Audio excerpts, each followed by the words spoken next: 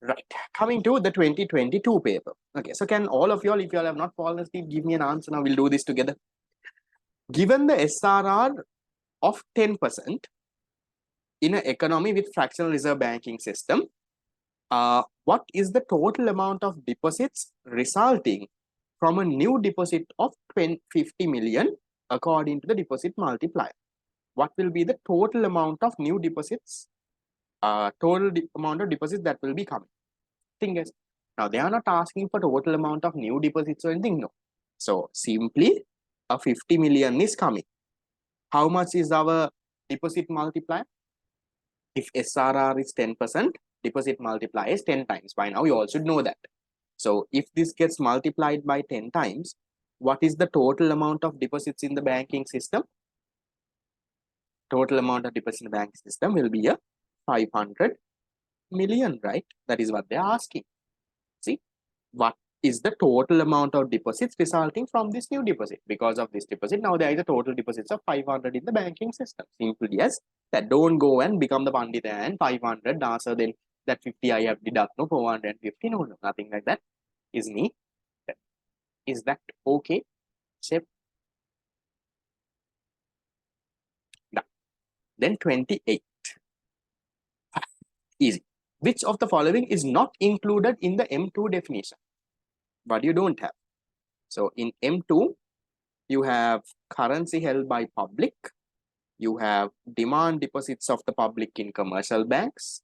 You have time and savings deposits. So time means fixed deposit, savings means savings deposits, which is M2. What is not? Currency held by public is there. Demand deposit is there. Savings is there. Time is there. Ayyo. Which one will not be there then? Credit cards will not be there. Fine. Question 28, 2022.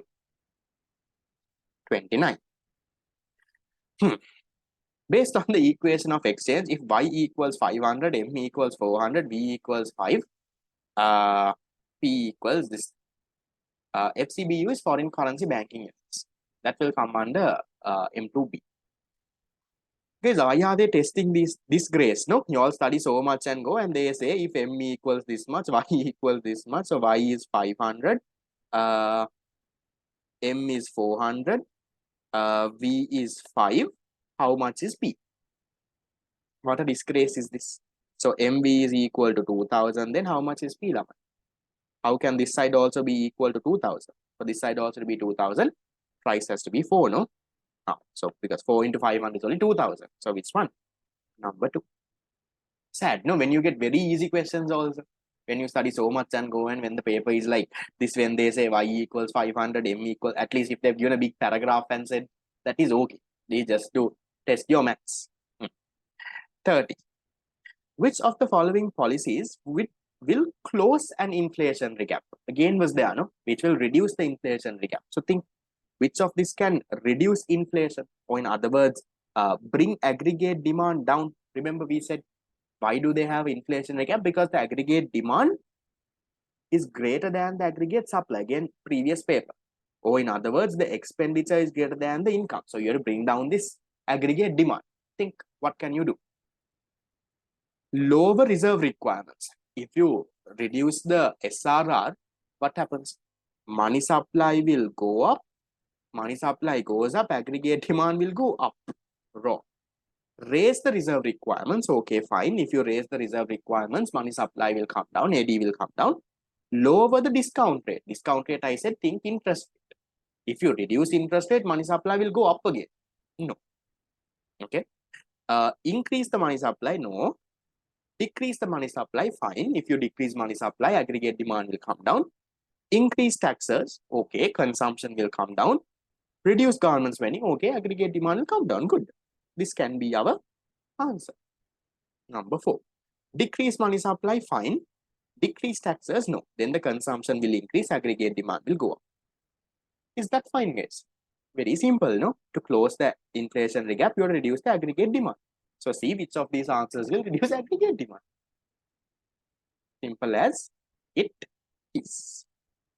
31. Ayyo. Which of the following will lead to an increase in the money supply? Decrease income tax rates.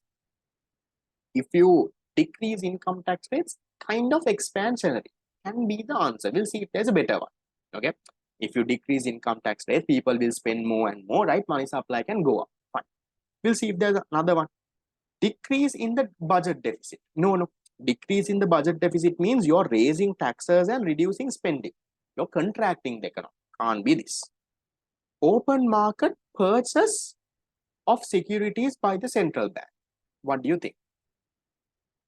If the central bank purchases treasury bills and bonds, can be, central bank purchases treasury bills and bonds means they are giving money to commercial banks reserves go up, they can give more and more loans, can be expanded. So one is also somewhat, yes, from 1 and 3, which one you think is the most correct? One is also somewhat expansionary, but 3 looks most correct. No, you all should be able to figure those out. Okay, this looks more correct. So if they open, right, if they purchase, what happens? Commercial banks reserves will go up because they are getting money. Then they can give more loans. More loans means money supply will go up. Okay. Increase in borrowing by the government by issuing treasury bonds. So if the government issues treasury bonds to commercial banks and all and borrows, what happens? The amount of reserves in the commercial banks come down, So government is issuing, government is saying, look, I need money, buy a treasury bond. I'm giving you a treasury bond, you buy it. So then commercial banks reserves come down, then they can't give much loans, money supply will come down. Wrong. Increase in policy interest rates, again, no. Remember we said when the policy interest rates go up, all the other market interest rates will also eventually start to go up. We learned this before. Then what happens? Money supply will come down. So not this also. Then 1 and 3 look somewhat okay. Which one is the most correct? Which one directly talks about money supply going up? Not taxes, no. Directly talks about money supply going up. Number 3, open market operation. That's how you can come to the answer. And with that, we are done with the MCQs. Any questions? Fine. How did you all do in the last one? There was 1, 2, 3, 4, 5 questions. At least 4 or 5. Yeah. You've done okay. That means you're fine. It's not hard, right? Same thing goes on and on and on and on. So what you can do today is properly go through all the MCQs, and then tomorrow do the essay questions and come. We'll not start the essay questions today. We have 20 minutes, but that's okay, right? So do the essay questions and come. Probably tomorrow is a 2-hour class now. So we should be able to discuss around 4 to 5 years. Essay questions we can go comparatively faster also because some are pure theory. We'll try to do around 4 to 5 years of, or even if we take 20 minutes each question, we can do 6 questions. We can do 6 years. So on your end, try to do around 6 questions and come essay paper. We'll discuss tomorrow, and then tomorrow classes, guys, from 7 to 9, starting from 2011. It's there in the PDF that was sent. Start from 2011 and then, no, 7 to 9 in the morning tomorrow. Okay, tomorrow morning 7 to 9, and then depending on how much we finish, I'll let you all know when we can have our next class, and then next class we will finish the entire thing. Okay, right. So that is it with me for today. MCQs are done. I'll mock exam people, I'll see you all tonight for mock 3. See you all. Bye bye.